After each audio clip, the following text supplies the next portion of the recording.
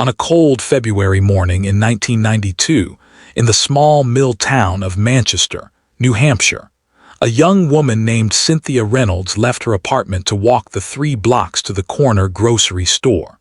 She was 23 years old, a part-time student at Manchester Community College, working nights as a waitress at the Route 101 diner. Her shift had ended at 11 the previous evening.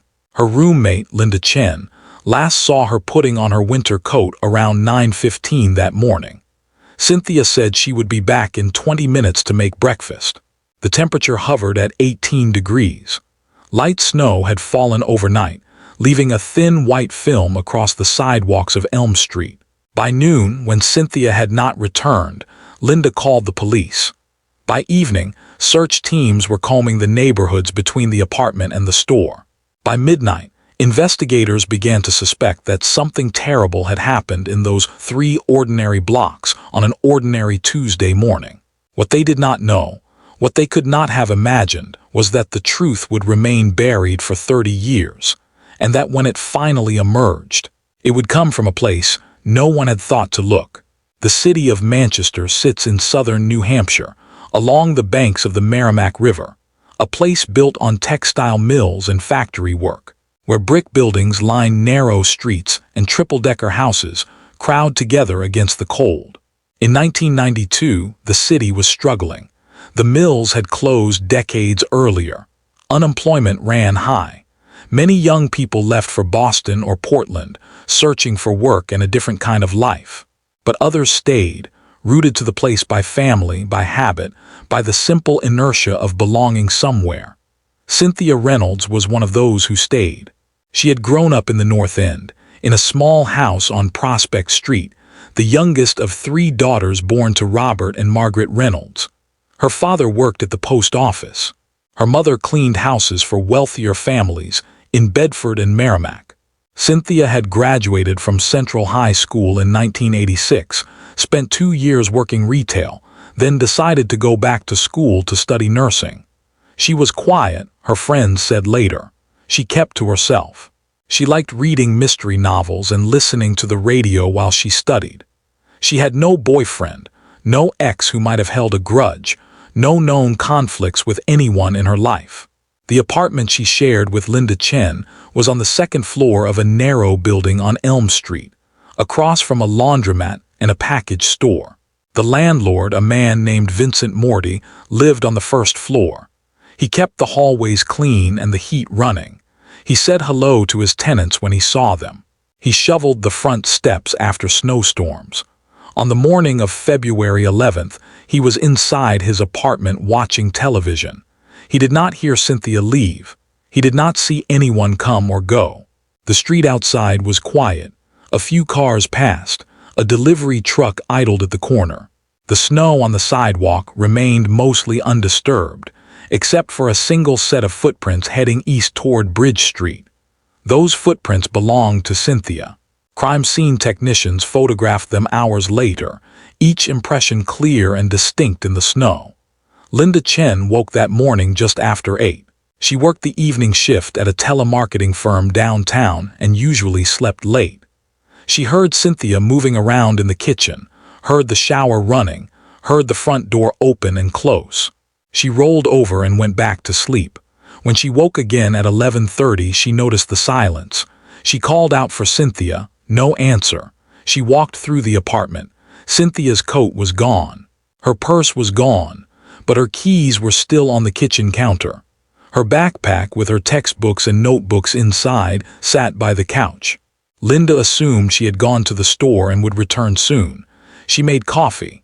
She watched the clock. By noon, a thin thread of worry had begun to wind itself around her thoughts. She called the diner where Cynthia worked. No one had heard from her. She called Cynthia's mother. Margaret Reynolds said she had not spoken to her daughter in 3 days. Linda called the police at 12:15. Clear's throat officer Daniel Kowalski arrived at the apartment at 12:40. He took down the basic information: name, age, description, last known whereabouts. He asked Linda if Cynthia had seemed upset or worried about anything. Linda said no. He asked if she had mentioned meeting anyone. Linda said no. He asked if there had been any suspicious people hanging around the building. Linda said no. Kowalski walked the route from the apartment to the grocery store, 3 blocks. He timed it. 6 minutes at a normal pace. The store owner, an older man named Harold Wu, said he had not seen Cynthia that morning. He remembered her from previous visits. She always bought the same things: orange juice, bread, eggs, sometimes a newspaper. He checked his receipts. No purchase under her name.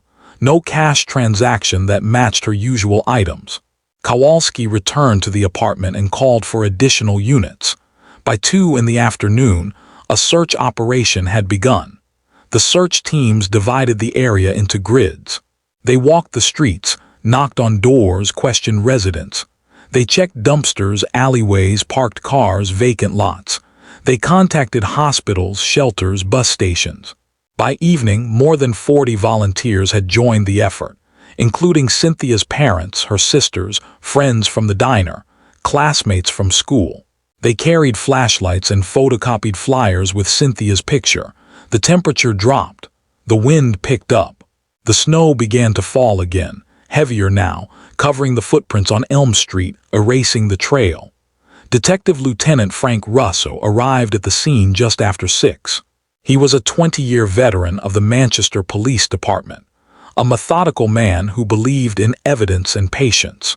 He stood on the corner of Elm and Bridge, looking at the storefronts, the apartment buildings, the empty street.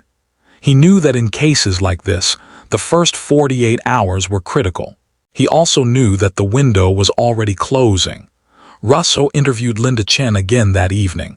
He asked her to go through the morning in detail, every sound, every movement. Linda said she had heard nothing unusual. She had not heard voices. She had not heard a struggle. She had not heard a car door slam.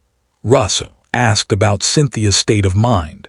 Linda said Cynthia had seemed fine, maybe a little tired from work, but fine. He asked if Cynthia had mentioned anyone bothering her. Linda hesitated. She said there was a man who sometimes came into the diner. He would sit at the counter and order coffee and watch Cynthia while she worked. She did not know his name. She did not know if he had ever approached Cynthia outside of work. Russo wrote down the information. He asked Linda to describe the man. Tall, she said, maybe 6 feet, dark hair. He wore a jean jacket. He drove an older model sedan, dark blue or black. Linda had seen it parked outside the diner once or twice. Russo sent officers to the diner. The manager, a woman named Doris Carpenter, confirmed that a man matching that description had been a regular customer for several weeks. He always came in late, around 10 or 11 at night. He always sat at the counter. He always watched Cynthia. Doris said she had mentioned it to Cynthia once, asked if the man made her uncomfortable. Cynthia had shrugged. She said she got looked at all the time. It came with the job. Doris said she had not seen the man in several days, maybe a week. She did not know his name. She did not remember him ever speaking to Cynthia beyond ordering his coffee. Russ obtained surveillance footage from a convenience store across the street. The footage was grainy, black and white, but it showed a man matching the description getting into a dark sedan around 11:30 on the night of February 10th. The license plate was not visible. The investigation expanded. Russo assembled a team of 6 detectives. They conducted more than 100 interviews over the next week. They checked arrest records, parole files, registered offenders. They contacted state police, asked for assistance from neighboring jurisdictions. They released Cynthia's photograph to local media. The story appeared in the Union Leader, on the evening news, on radio stations across southern New Hampshire. Tips began to come in. Someone thought they had seen Cynthia at a bus stop in Nashua. Someone else claimed to have seen her at a rest area on Interstate 93. None of the sightings were credible. None of them led anywhere. Days passed, then a week, then 2 weeks. The search continued, but the energy had changed. The volunteers grew fewer.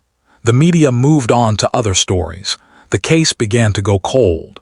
On February 27th, 16 days after Cynthia disappeared, A jogger found her body in a wooded area off Candia Road, roughly 7 miles from downtown Manchester.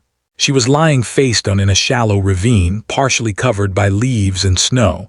She was fully clothed. Her coat was still buttoned. Her purse was gone. There were no obvious signs of trauma. The medical examiner determined that she had been strangled. Time of death was estimated at between 9:30 and 11 on the morning of February 11th. Forensic analysis revealed no usable fingerprints, no DNA evidence, no fibers or hair samples that could be matched to a suspect. The only physical evidence was a set of tire tracks near the access road, approximately 200 yards from where the body was found. The tracks matched a common tire pattern used on older sedans, consistent with the vehicle seen outside the diner. The community reacted with shock and grief. A vigil was held at City Hall. More than 300 people attended. Cynthia's family sat in the front row, silent and pale. Margaret Reynolds held a photograph of her daughter. Robert Reynolds stared at the floor. Cynthia's sisters wept openly. Friends from the diner spoke about her kindness, her quiet strength, her plans for the future. The mayor called for justice. The police chief promised that the investigation would continue. But privately, Russell knew they had very little to go on. The man from the diner had never been identified. The tire tracks led nowhere. The lack of physical evidence meant that even if they found a suspect, building a case would be difficult. The investigation continued, but the momentum had stalled. For those who have ever doubted someone you love, who have felt the slow creep of suspicion settle into your thoughts like winter fog, you know how corrosive it can be. You begin to notice small things, a pause that lasts too long, a question deflected, a story that does not quite match the facts. In the weeks and months following Cynthia's passing, the investigators began to notice these things. They began to look more carefully at the people closest to her. They re-interviewed Linda Chen. They re-interviewed the landlord, Vincent Morty. They re-interviewed coworkers, classmates, family members. And they began to focus on someone who had been there all along, someone who had volunteered in the search, someone who had attended the vigil, someone who had expressed sorrow and anger and a deep desire for justice. His name was David Kelleher. He was 31 years old, a mechanic at a garage on Maple Street. He had grown up in Manchester, graduated from West High School, served briefly in the Army before receiving a medical discharge. He lived alone in a small house on Union Street, less than a mile from Cynthia's apartment. He was known in the neighborhood as quiet, polite, a bit of a loner. He had no criminal record. He had never been in trouble with the law, but he had known Cynthia. He had eaten at the diner where she worked. He had spoken to her on several occasions, always brief exchanges, nothing that seemed unusual.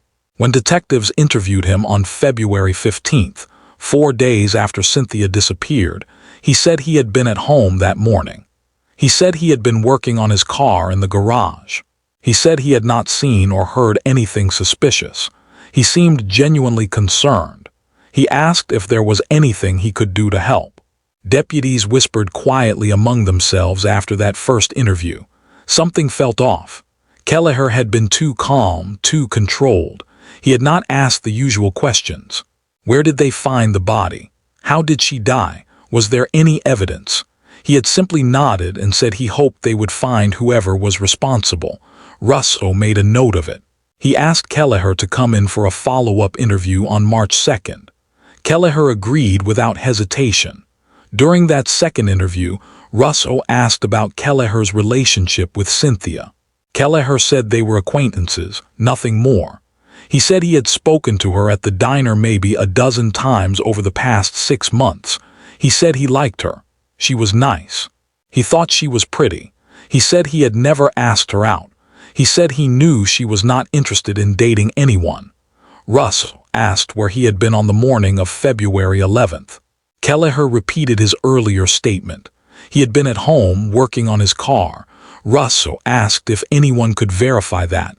Kelleher said no. He lived alone. He did not have any visitors that day. He did not make any phone calls. Russo asked to search Kelleher's house and car. Kelleher agreed. Crime scene technicians spent 3 hours going through the property. They found nothing. No blood. No signs of a struggle. No items belonging to Cynthia.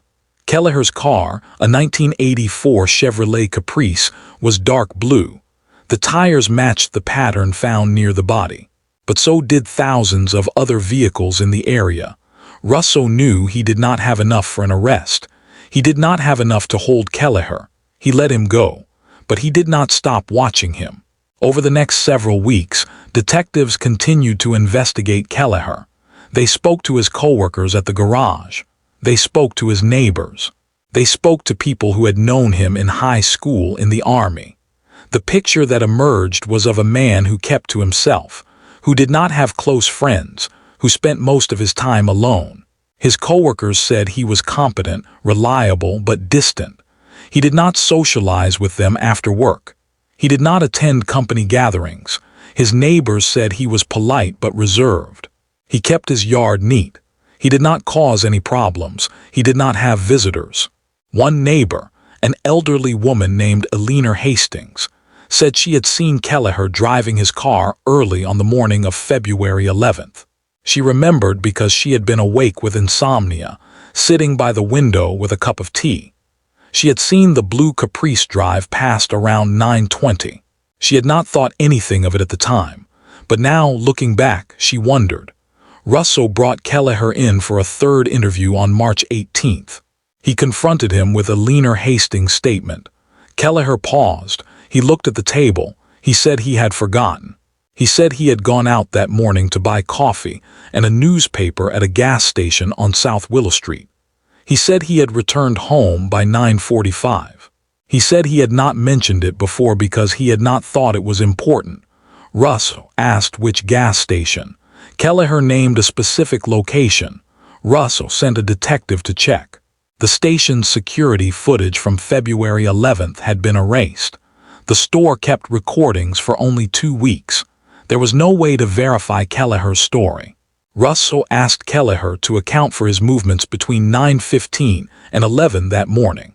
Kelleher said he had driven to the gas station, bought coffee and a newspaper, driven home, worked on his car. Russo asked how long the trip to the gas station took. Kelleher estimated 15 minutes, maybe 20. Russo checked the distance. 6 miles. In light traffic, the round trip would take no more than 25 minutes. That left nearly an hour unaccounted for. Clear's throat, Russo pressed harder. He asked Kelleher if he had driven anywhere else that morning. Kelleher said no. He asked if Kelleher had seen Cynthia Reynolds. Kelleher said no. He asked if Kelleher had any explanation for why his neighbor had seen him leaving around the same time Cynthia disappeared. Kelleher said it was a coincidence. He asked if Kelleher had ever been out to Candia Road. Kelleher said yes, he had driven out there before, years ago, to go fishing at a pond. He said he had not been out there recently. Russo asked if Kelleher would be willing to take a polygraph test. Kelleher hesitated. He said he would need to think about it. He said he wanted to talk to a lawyer. Russo said that was his right. The interview ended. Kelleher hired an attorney, a local defense lawyer named Martin Greenberg. Greenberg advised his client not to speak to the police again without legal representation. He advised against taking a polygraph. He said the police were fishing, that they did not have enough evidence to charge Kelleher with anything. He was right. Russo knew he was right. The case stalled. Weeks turned into months. The investigation continued, but without new leads, without new evidence, it began to fade. By summer, the active phase of the investigation had ended.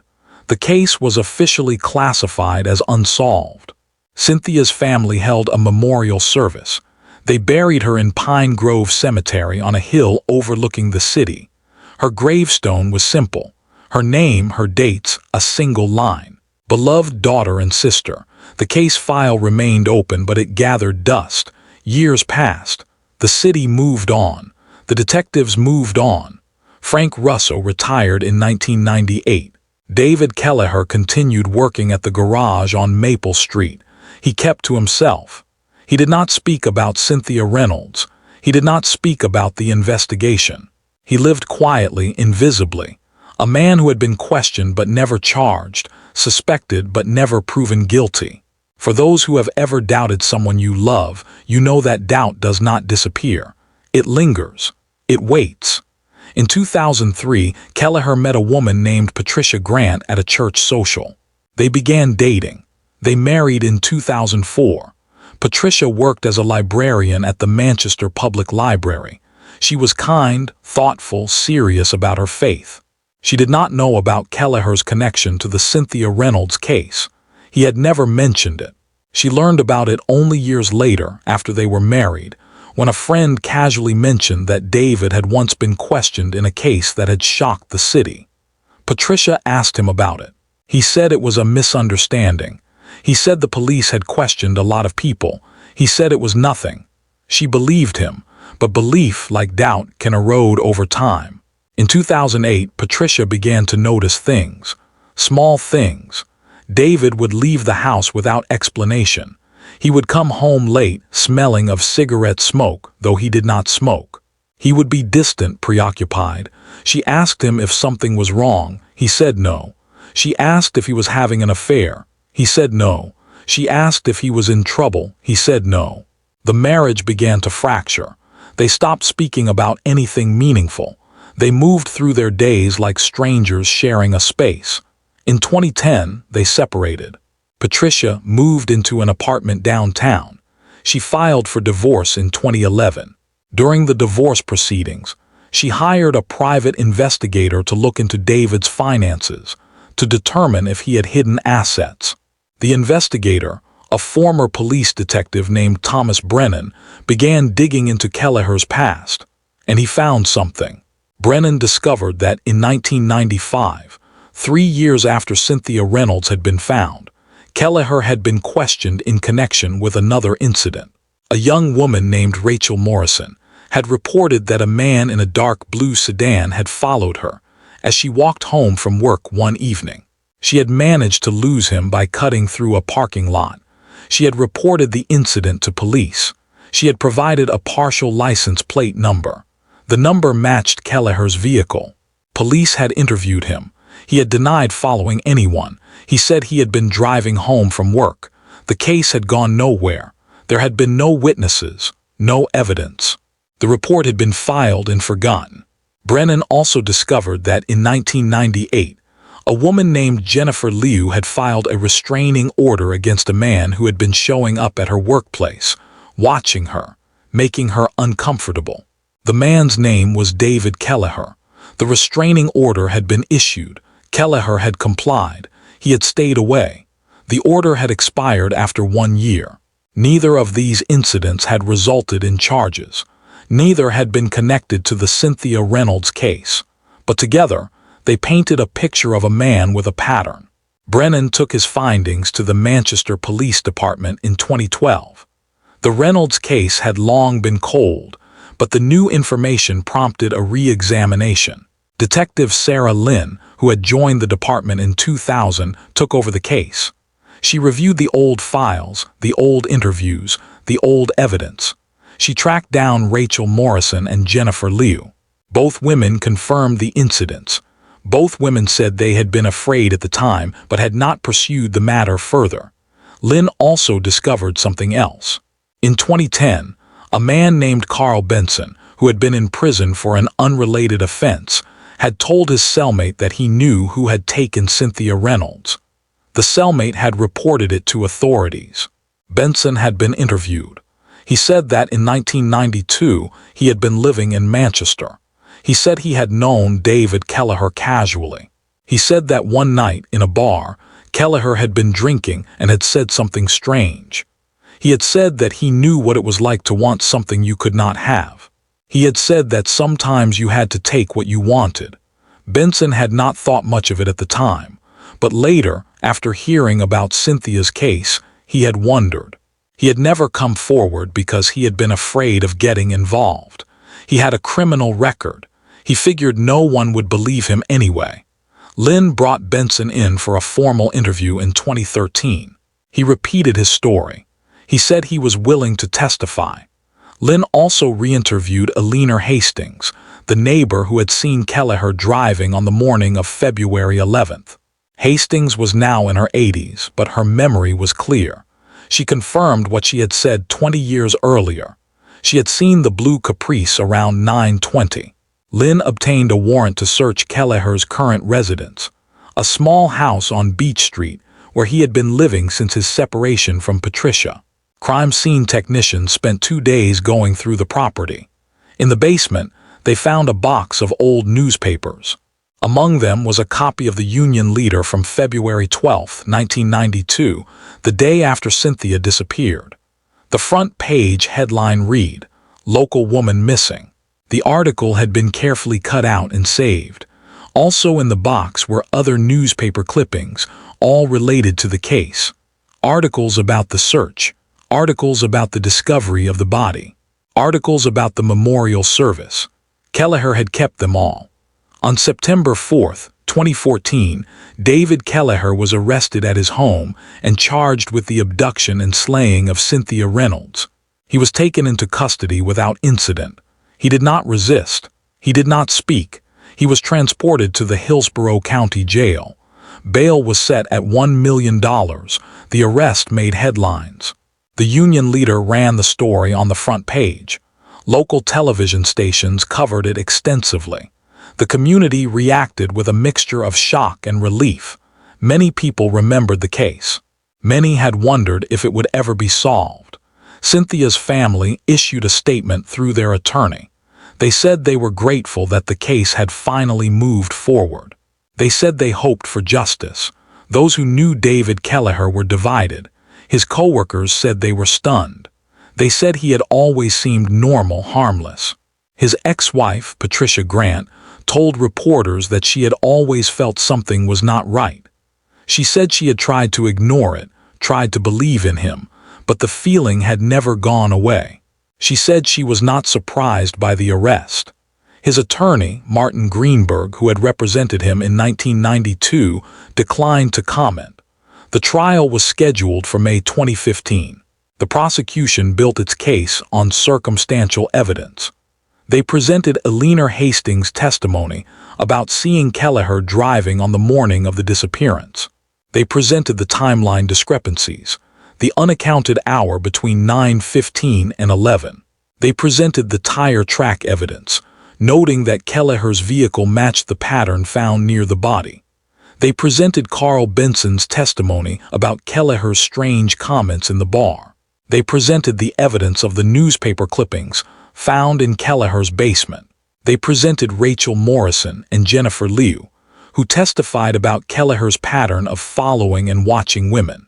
The prosecution argued that Kelleher had been obsessed with Cynthia Reynolds, that he had followed her on the morning of February 11th, that he had abducted her, strangled her, and disposed of her body in the woods off Candia Road.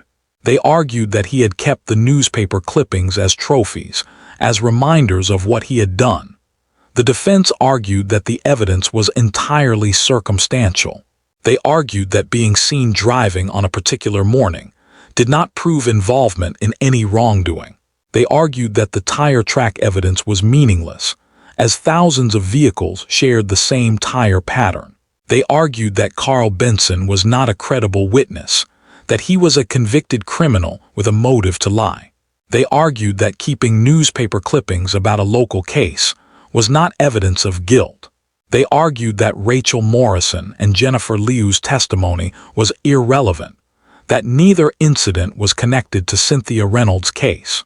They argued that the prosecution had no physical evidence, no DNA, no fingerprints, no confession. They argued that the case was built on speculation and innuendo. The trial lasted 3 weeks. More than 30 witnesses testified. The jury deliberated for 4 days. On June 3, 2015, they returned a verdict: guilty. David Kelleher was convicted of taking the life of Cynthia Reynolds. He was sentenced to life in prison without the possibility of parole. He stood silently as the sentence was read. He did not react. He did not speak. He was led out of the courtroom in handcuffs. Cynthia's family wept. Margaret Reynolds said later that justice had finally been served, but that it did not bring her daughter back. She said she thought about Cynthia every day, about the life she should have had, the future that was stolen from her. The case of Cynthia Reynolds became a reminder that justice, even when delayed, can still be found. It became a testament to the persistence of investigators who refused to let a case die, who continued to follow leads, to ask questions, to search for truth. It became a story about the long shadow cast by violence, about the way a single act of cruelty can ripple through families, through communities, through time. Detective Sarah Lynn said later that solving the case had been the most important work of her career. She said that every time she drove past the corner of Elm and Bridge, she thought about that February morning in 1992, about the footprints in the snow, about the young woman who had simply wanted to buy groceries and never came home. Clear's throat, David Kelleher, remains in state prison. He has never admitted to harming Cynthia Reynolds. He has never expressed remorse. He has filed multiple appeals, all of which have been denied. Patricia Grant, his ex-wife, has never spoken publicly about him since the trial. She has moved away from Manchester, seeking a life away from the shadow of what her husband did. Linda Chen, Cynthia's former roommate, still lives in New Hampshire. She said in an interview that she thinks about Cynthia often, about the plans they had made, about the future they had imagined. She said she hopes that wherever Cynthia is, she has found peace. The case remains a cautionary tale about how evil can hide behind an ordinary face, behind a polite demeanor, behind a life lived quietly in plain sight. It remains a reminder that those who disappear are not forgotten, that their stories endure, that someone somewhere is always searching for answers. For Margaret and Robert Reynolds, now both in their 80s, the conviction brought a measure of closure, but it did not erase the loss. They visit their daughter's grave every week, bringing flowers, sitting quietly beside the stone. They say they feel her presence there, in the quiet of the cemetery, in the wind moving through the trees. The swing that Cynthia used to play on as a child, in the backyard of the house on Prospect Street, still hangs from the old oak tree. It moves slightly in the breeze, empty now, a reminder of innocence lost. The corner where she was last seen, Elm and Bridge, looks much the same as it did in 1992. The laundromat is still there. The package store is still there. Life continues as it always does, even in the spaces where tragedy has left its mark. And somewhere in the archives of the Manchester Police Department, the case file for Cynthia Reynolds is marked closed, the pages yellowed with age, the photographs faded, but the truth finally written in ink. If this story mattered to you, subscribe and hit the bell. Share the episode. Someone somewhere may still be waiting to be heard.